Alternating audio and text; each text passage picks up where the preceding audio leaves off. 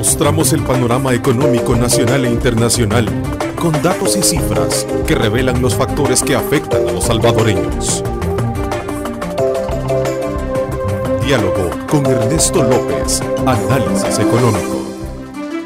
¿Qué tal? Buenos días, El Salvador, miércoles 15 de octubre de 2014. Bienvenidos al Análisis Económico Semanal y a Cadena Megavisión, canales 15, 19 y 21, como siempre, cubriendo todo el territorio nacional. Bueno, ahora sí, damos inicio a lo que es la presentación de nuestro Análisis Económico Semanal, y es que más allá de ser considerado un producto básico en la mesa, ahora el frijol tiende a ser visto como un alimento de lujo. Incluso en precios ha llegado a superar la libra de pollo, fíjense usted. Un estado coyuntural de precios que ha llevado a la población a poner el grito en el cielo por el impacto que esto produce en la economía de los más pobres, y lo cual pues ha generado también una respuesta inmediata del gobierno en dos sentidos. Una, luchar por combatir el acaparamiento del frijol, y la otra es la de agilizar la importación inmediata del grano para suplir el mercado y por supuesto bajar los precios. En nuestro análisis económico de hoy nos preguntamos por qué. ¿Por qué estamos pasando esta situación? ¿Qué está pasando en el mercado? ¿Por qué estos precios tan altos? ¿Por qué? Esa es la gran pregunta que desde luego vamos a someter a discusión con nuestros panelistas. Para hablar sobre este tema quiero presentarles a ustedes a don Wilfredo Guerra. Él es un empresario y portador de granos básicos, presidente de la agroindustria comercial. Gracias por acompañarnos, don Wilfredo. Muy buenos días, Ernesto. Buenos días a los compañeros que nos acompañan esta mañana para discutir este tema tan importante como es el frijol rojo, que tanto nos gusta y que es un producto de primera necesidad para los salvadoreños, y poder aportar nuestras opiniones y nuestras soluciones. En la discusión, así es. Danilo Pérez, director ejecutivo del Centro para la Defensa del Consumidor. Gracias, Danilo, por acompañarnos también. Muchas gracias, Ernesto. Un saludo a las amigas y los amigos televidentes de este gran programa, y aquí al grupo de panelistas que tenemos para discutir un tema de gran trascendencia. Muy sensible, por cierto. Ricardo Esmaján, él fue presidente de Camagro, ex ministro de Economía. Gusto de tenerte acá también en este panel. Gracias, un gusto para mí, Ernesto, para estar aquí, compartir con los televidentes y con este excelente panel.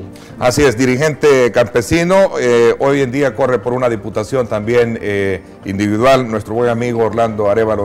Orlando, qué gusto tenerte también en este panel. Muchas gracias, buenos días a ti, Ernesto, buenos días a los amigos que nos sintonizan en esta mañana húmeda, y aquí también un placer de estar acá con este excelente panel para que discutamos un tema tan importante en el 100% de los hogares de nuestro país. En este será muy enriquecedora la discusión que vamos a tener esta mañana.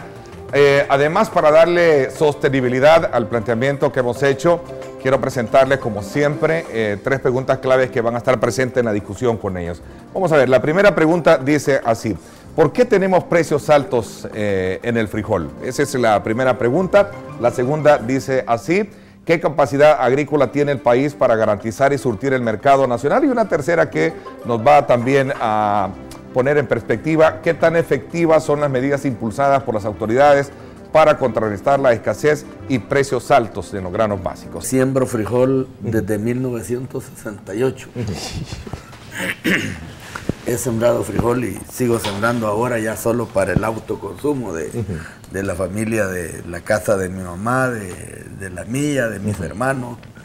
Pero desde 1968 me crié en el campo sembrando maíz y frijol. El gobierno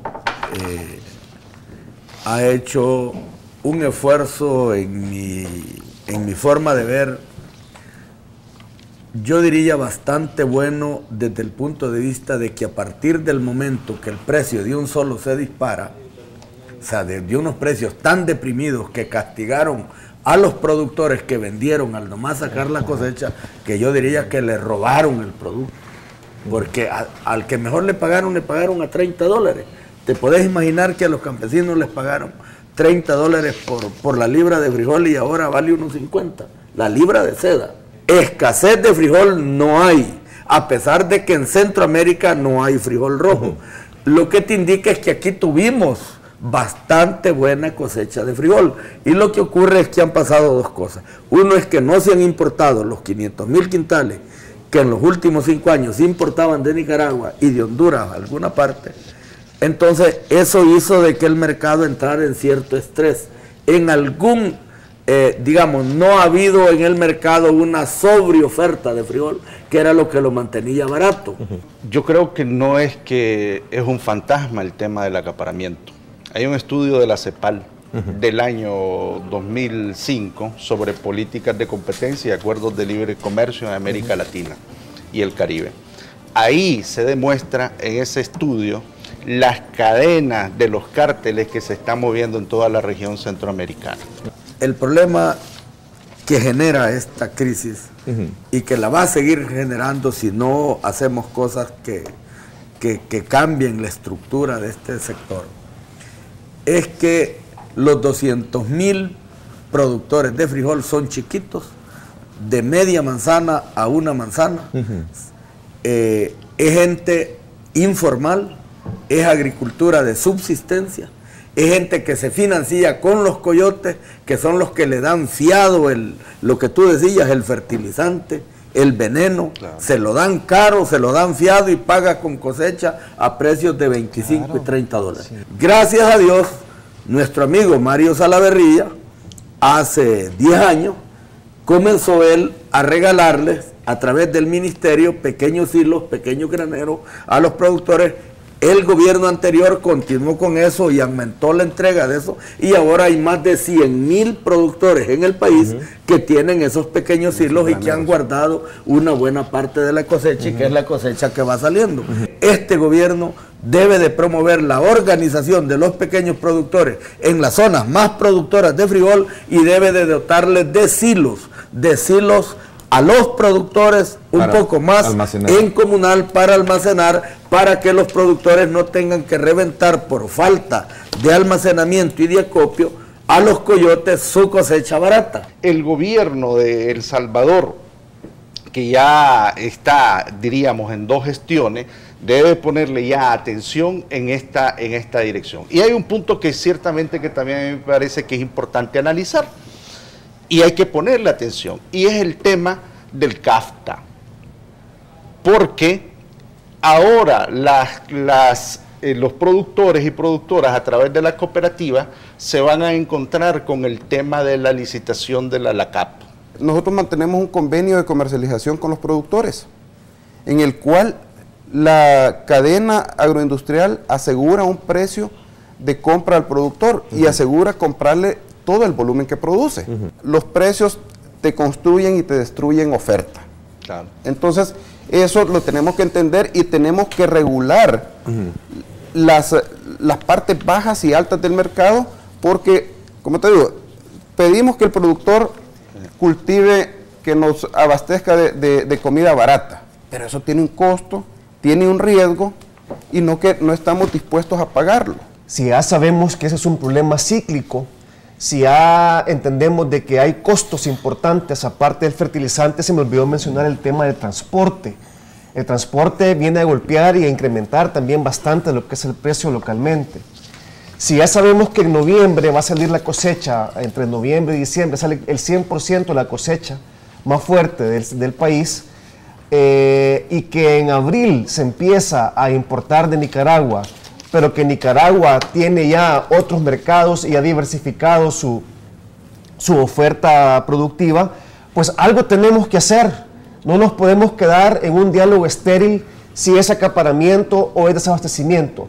Al final de cuentas, estimado televidente, usted lo va a notar cuando vaya a pagar su producto, ya sea en el mercado o en el supermercado. Si ese es un problema cíclico y vemos ahora que hemos tenido un clima irregular, ¿qué es lo que pasa? La costumbre de nuestro país es que el productor, cuando saca su cosecha, guarda para su autoconsumo, y a medida que vaya pasando el tiempo o las necesidades que tengan, va poniendo o vendiendo según sea la situación. No, mira, ese dato está malo, Ricardo. En el país, en los últimos 2 años se han cultivado 200.000 manzanas de frijol con un promedio de 12 quintales por manzana. Y eso es lo que te da los 2.400.000 quintales, no son 2.7 como ha dicho el gobierno. Eso es falso, allá hay 300.000 quintales que no existen. Son 2.400.000 quintales en 200.000 manzanas con un promedio de 12. Primero Dios va a llover con 10 días más que llueva, vamos a tener una excelente cosecha, Ricardo, que va a bajar el precio, que va a bajar el precio del frijol a más tardar en mes 15 días. Ricardo. A más tardar en mes 15 días va a bajar el precio del frijol porque va a salir una gran cosecha. Lo que es una realidad es, por ejemplo, que tenemos 400.000 manzanas ociosas, que qué podemos hacer con esa tierra, especialmente en un país que es de 20.000 kilómetros cuadrados. Tener esa cantidad de tierra ociosa apta para el cultivo agrícola, creo que es un problema. ¿Qué medidas, qué propuestas concretas se pueden generar alrededor del tema del precio del frijol? El tema de política es clave en el país, pero recordemos que ya existe una política de seguridad alimentaria en el país,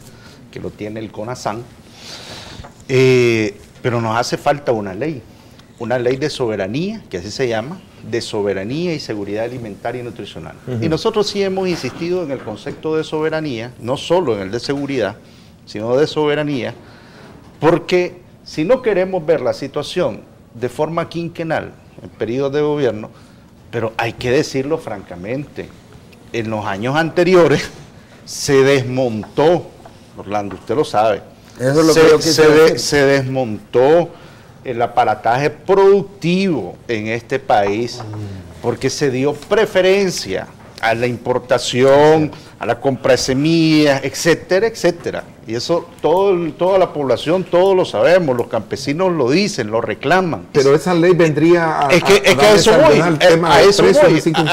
Claro, porque a eso voy. ¿Qué es lo que propone la ley de soberanía a mercado? En primer lugar, promover, fortalecer más la producción del pequeño y mediano productor. Pero por decreto puedes crear nuevos productores. Te escuché decir a ti, Orlando. El tema es que necesitan ver de qué manera tienen crédito, de qué manera tienen más transferencia tecnológica, Ernesto. Necesitas elementos para poder impulsar eso, sí lo necesitas un marco legal. Por ejemplo, aquí tenés el caso de la Fiscalía General de la República, ahí están las denuncias de las empresas donde supuestamente han acaparado, y la Fiscalía General de la República todavía no se ha pronunciado. Pero a mí me queda todavía duda. La ley podrá ser muy buena, creo que es una ley muy grande, hay que hacerla ajustada a la realidad.